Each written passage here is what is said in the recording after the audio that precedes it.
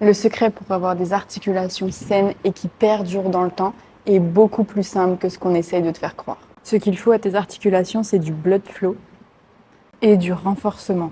Tes articulations, elles se portent le mieux quand elles ont les deux, blood flow et renforcement.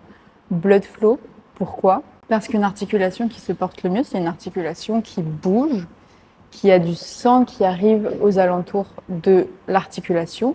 Parce qu'en fait, le sang, ça transporte tous les nutriments et tout ce dont a besoin ton corps pour réparer les potentiels dommages, entretenir les tissus et juste maintenir une bonne qualité des tissus autour de ton articulation. Donc avec le blood flow, ce que tu veux, c'est vraiment congestionner les muscles qui sont autour de ton articulation. Par exemple, au niveau des épaules, tu vas vouloir congestionner entre les omoplates, tu vas vouloir congestionner au niveau de l'épaule, à l'arrière de l'épaule, pour vraiment apporter du sang au maximum aux alentours de ton épaule. Un blood flow au niveau du bas du dos, ça va te faire venir chauffer les fessiers, faire chauffer le bas du dos avec ce genre d'exercice où tu n'as pas beaucoup d'amplitude au niveau des muscles, mais quand tu fais ça assez de répétitions et en complexifiant le mouvement un petit peu, comme là par exemple, ne pas faire toucher les pieds au sol, et ben je t'assure que ça va vite chauffer. Et un blood flow au niveau des genoux, ça va être par exemple venir marcher en arrière sur un tapis qui n'est pas allumé pour avoir la résistance du tapis, ou même faire du sled d'avant en arrière. Et le but là, ça va être de faire chauffer les cuisses. Donc pour la marche en arrière, tu sais, tu te mets genoux assez fléchis, comme ça tes cuisses elles sont tout le temps en tension. Tu fais ça pendant 5 minutes et à la fin des 5 minutes, tu as les cuisses qui ont bien chauffé. Et un autre exemple de blood flow, ça va être venir faire des squats avec une floss band. Au bout de quelques répétitions, tu vas avoir la cuisse qui a bien chauffé. Quand tu vas enlever ta floss band, tu vas avoir tout le sang qui va venir proche de ton articulation. Et ça, c'est génial pour les entretenir. Mais aussi, si tu as déjà des petits soucis avec tes articulations, commencer à gentiment, à ton niveau, apporter du sang près de l'articulation qui t'embête, c'est génial. Dans cette vidéo, je vais te donner des exemples pour les genoux, le bas du dos et les épaules parce que c'est les articulations principales, mais tu peux faire ça avec absolument toutes tes articulations. Une fois que tu as fini avec le blood flow, que tu as bien congestionné les muscles autour de l'articulation que tu veux travailler, tu vas commencer à la renforcer. Tu as vu qu'avec les exercices que je t'ai montrés pour le blood flow, il n'y a pas beaucoup de contraintes. Tu viens contracter ton muscle sans le mettre dans des positions d'étirement énormes. C'est vraiment juste des petites contractions pour vraiment pumper du sang et apporter un maximum de sang dans le muscle autour de l'articulation. Ensuite, quand tu vas faire des exercices de renforcement, là, le but, ça va être de challenger un peu plus ton articulation, mais vu que tu as fait le blood flow avant, que ton articulation, elle est déjà échauffée, elle est déjà chaude, parce qu'il y a tout le sang qui est arrivé, quand tu vas commencer à faire tes exercices, l'exercice va paraître beaucoup plus facile que si tu commençais directement à froid à faire un exercice qui va challenger tes articulations, surtout si tu es déjà un petit peu gêné par cette articulation-là. Par exemple, avec les épaules, quand tu as fini de faire tes exercices avec l'élastique où tu as juste bien congestionné tous ces muscles-là, tu vas commencer par exemple à faire des rotations externes. Là, on vient étirer un peu plus tes muscles et on vient challenger plus ton articulation. Donc, tu vas progressivement, tu commences avec la charge qui te permet de faire cet exercice sans avoir mal, sans être gêné ou avoir trop d'inconfort. Et progressivement, au fur et à mesure du temps, tu vas augmenter la charge. Tu as aussi le Powell Raise, Trap 3 Raise, Pullover. Et pareil, sur tous ces exercices-là, tu vas pas à pas. Et tu penses long terme. Ton corps, tant qu'il est vivant, il va s'adapter. C'est juste que quand tu commences à faire ce genre d'exercice pour essayer de renforcer ton articulation, il va falloir y aller doucement et penser vraiment long terme. Ça se fait pas en quelques semaines, ça se fait en plusieurs mois, plusieurs années.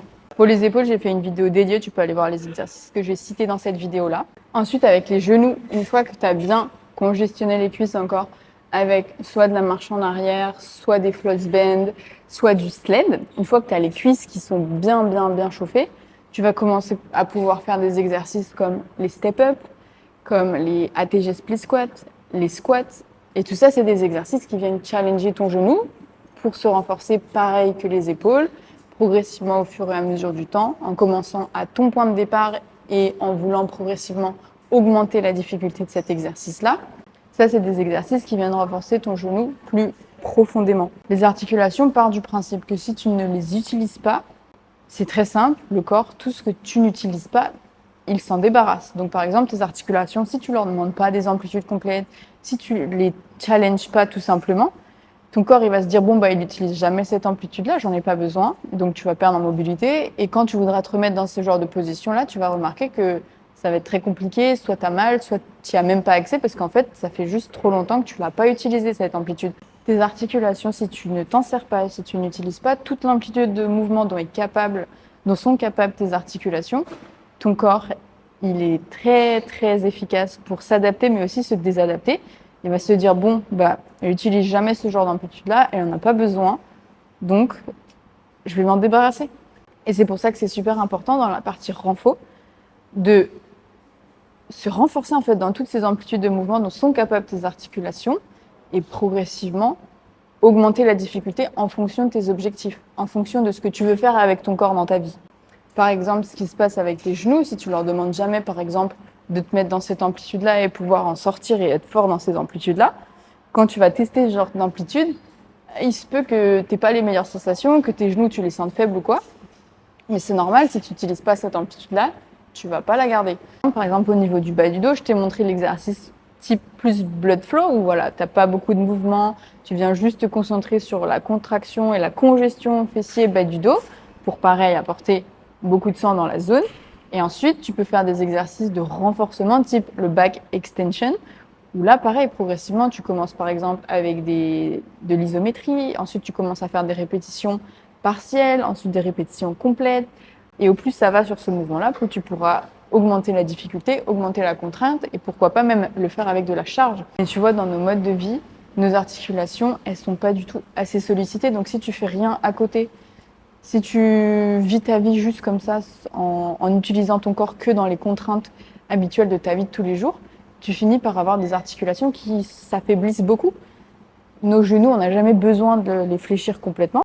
Et pareil, ça c'est pour le bas du dos. Quand tu es assis tout le temps, tu finis par avoir un bas du dos qui est très très faible. Pareil avec les épaules. Si tu as un travail sédentaire devant un ordinateur, tu finis par avoir les épaules qui vont vers l'avant. Tu perds en capacité. Tu n'utilises par exemple jamais ta mobilité qui est au-dessus de la tête. Donc si tu ne l'utilises pas, au fur et à mesure des mois, des années, tu vas perdre toute cette mobilité-là. Donc en résumé, pour prendre soin de tes articulations, ce que tu veux, c'est du blood flow. Tu veux congestionner les muscles qui sont proches de ton articulation pour t'échauffer et te préparer à ensuite faire du mouvement, à renforcer tes articulations, leur demander de bouger sur leurs amplitudes complètes et les challenger.